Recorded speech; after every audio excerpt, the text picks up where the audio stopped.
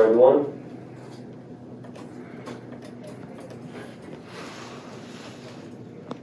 For those of you who have been in my history class, this assignment is very similar to what we did last year. Before I get into this portion here, these questions, what I first want you to do is please click the link that I've attached to this assignment. Yes? I don't see the It's not. assignment. I don't think you have uploaded it yet. The most current one is the national debt. No. That's period 3 of 3. Oh, Alright. yeah, we're period. Now it's there. No, we're period 4. We are in period 4. There it is. So the first thing I would like you to do is please go ahead and click that link that I have now posted onto your Google Classroom. Once you do that, this is what you will see.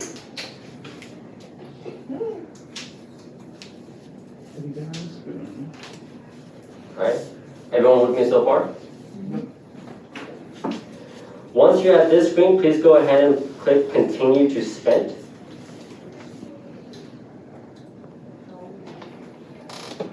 And so let me explain to you the purpose of this assignment. This simulation is going to walk you through what some people might have to live through every month. We do have people in this country that live paycheck to paycheck, and they have to go through a lot of grueling decisions every day of their lives. Now there's two purposes of why I want to share the simulation with you. One, we've been talking about our national debt. Who remembers what our national debt is right now? Matt? 27 trillion. Yeah, it's over $27 trillion. And you guys just spent the last couple of days working on that national debt simulator where you were empowered to spend more money on education or reduce money in a certain area, raise taxes and lower taxes. And you guys saw programs that were going to cost $80 billion, $500 billion, upwards of $1 trillion over the next 10 years. So one purpose I want to show you this is when we talk about that much money, it's easy to talk in the abstract, and we need to go back to learning the value of just a single dollar. At the same time, those programs, while they may have a big price tag, do a great deal in helping people who may be having to deal with these situations. So it's also important to learn the value of those programs that do a great deal in helping people who are in similar situations like you're going to see in this simulation. So you guys are ready, go ahead and click accept the challenge.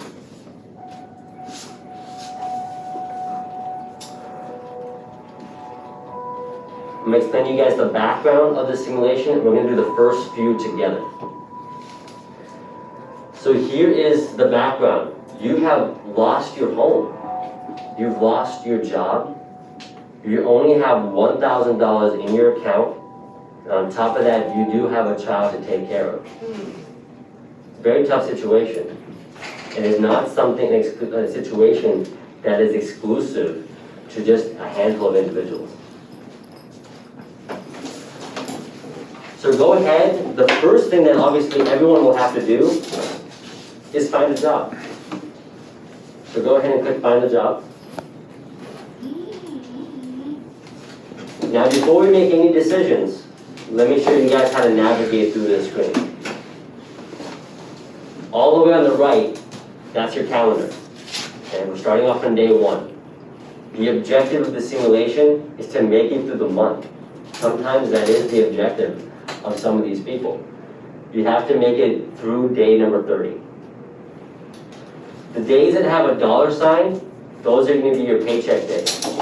That's when you're going to get paid from the job that you're about to pick. On the top left, that's how much money you have in your account. Like I said, you have only $1,000 left. The way you make it through the month is by having some money still left in your account. The simulation ends if you have less than 0. I know the screen's kind of cut off here, but on the top left here, you will see job strikes. Some of you guys are working right now and you may have some sort of strike system or demerit system like at the school or a point system where if you're late to work, you'll get points against you or a strike. So if you're late to work, you're going to get a strike. don't show up to work, gonna get a strike. Misbehave professionally, you're gonna get a strike. Bottom left, these are your lifelines. This is if you need cash immediately. The first one, the piggy bank symbol, unfortunately this is really heartbreaking. Smashing your kid's piggy bank. If you really need that, you'll get $16, but no one wants to take money away from their kid. Second one, donating plasma, is $25. And then lastly, if you need an instant payday loan of $50, essentially this is an advance of $50 on your next paycheck, but you'll have to pay a fee for doing this. Any questions about how to navigate through this? Okay. So the first one, let's go through this decision of picking a job. Like I said, we're gonna do the first couple together. Everyone should have the same exact one. After day 3, then the simulation becomes different for everyone, and that's when you guys will go off on your own. So we have 3 job opportunities. First one, second shift. Looking for a dependable, punctual, hardworking warehouse associate. Must be able to lift 20 pounds and have reliable transportation. Who can spot one pro for having this kind of job? One good thing about having this, Ryan. Oh, you know your hours? Yeah, that's good. You got a fixed hour. You got a fixed schedule. That means if you have something going on, you can schedule it around your work week. I always love fixed schedules when I have jobs. What can you guys see as a potential con for this job? Yes. Said reliable transportation. Yeah, you gotta make sure you have a car. Matt? I've played this before, so I know that if you do like the warehouse one, you have like a chance of like blowing your back out, Yeah. and it costs you like a lot of money to fix it. Because you have to lift some weight when you're working at this warehouse job. So that's something that you guys have to look at. Sandra? The hours are from 12 to 7, and like you said in the beginning that you have a kid. So how are you gonna pick them up or You take gotta care pick of your them? daycare. That's a great question. That's a great thing to point out. That's a lot of hours you're working a lot. And so you have to make sure that your kid is taken care of while you're working, especially at 7 o'clock, school's ended. Some of the other jobs also have pros and cons. You have a restaurant job. What's the potential pro of having a restaurant job? Some of you guys may work in the restaurant industry. Sarah? Yeah. You could have a good day and make more money than if you would on a fixed income. Obviously, it goes both ways. And then you also have this job, an office temp. What's something you can spot about this, pro or con? Yeah. It's only temporary. Yeah, it's only temporary. It's not gonna last you a long time. So it could be a situation where you're gonna have to find another job pretty soon. So for this first one, go ahead and make your decision. Go through the pros and cons of each of these positions and pick one you think is best for you. Okay. So go through those 3. If you're having trouble, I have the Go Guardian up, so I'll be able to see what you're seeing.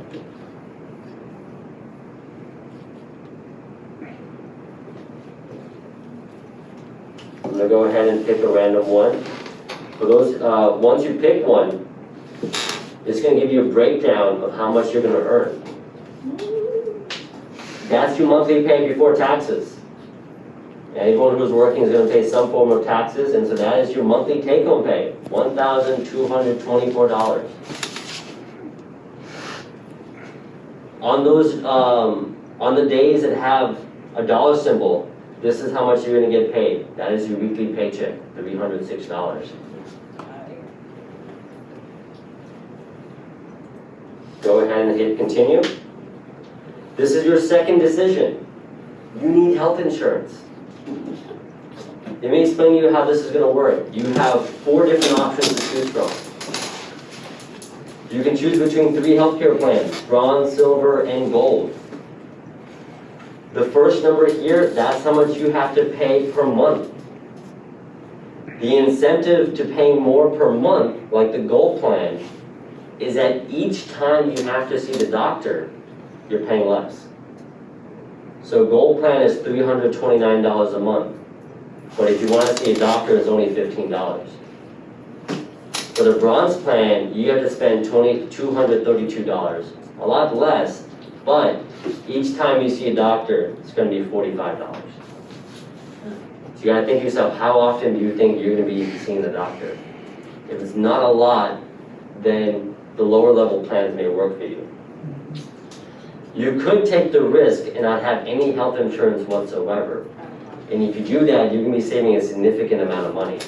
But if you do get injured, or you do get sick, or worst case scenario, your child gets sick, you don't have a way of taking care of them. It's going to cost you a lot of money, more so than you probably have. So think the pros and cons of that decision. Make your decision, and then we'll move on to step 3. Any questions so far? By the way, don't skip through these green bubbles. I do want you guys to read them. There's a lot of good statistical information in here that is very useful. Like I said, we're going to do one more together. This one's important. Finding a place to live. Now, what's some place everybody wants to live close to? Their job. Yeah, they want to go to their job, which most jobs are located in the city. You know, that commute to work and back sucks. You know, after you get off of work, you don't want to have to go through an hour drive just to get home. Especially if you have to get home to a child.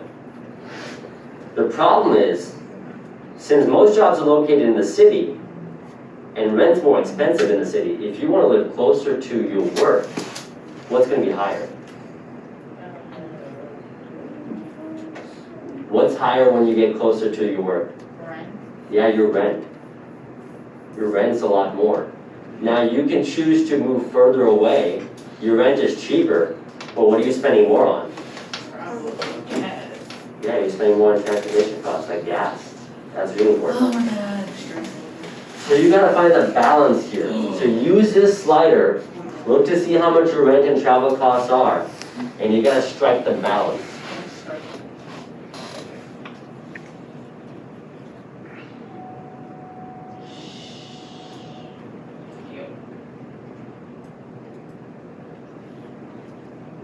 Once you find the balance, like I said, these green bubbles contain a lot of good information. In fact, for every dollar a working family saves on housing, usually by living further away from home, they have to spend an additional 77 cents on transportation. So it's actually not that much cheaper to live away. Does anyone have any questions so far? After this, you guys are on your own. The simulation is going to be different for each and every one of you. In fact, you can play the simulation multiple times and you'll encounter different difficult decisions. Now, while you guys are working on this simulation, please keep in mind these questions. So after you're done with the simulation, you're going to answer these 3 questions. How long, what day were you able to get into the simulation? Were you able to make it the full month? Second, what did you feel was the most difficult decision or decisions you had to make doing the simulation? And then third, what information or key statistic, such as those green bubbles you're seeing, was the most eye-opening to you? What did you learn or take away from the simulation? Okay. After that, you still have one more step. I do want you to respond to 2 of your classmates, discuss what you guys learned from the simulation, those difficult decisions, your mentality and your thought process in making those decisions. This is how I want you guys to engage with one another. It's getting difficult already? Mm-hmm. Some of this is pretty hard. Do you have any questions so far on how to work the simulation? If you have questions, I have GoGuardian up. I can see your screens, and I can help you with any specific problems you have. This simulation and the discussion post is going to be due Thursday. And we'll have some extra class time tomorrow at the end of our lesson for give you guys extra time to finish the assignment.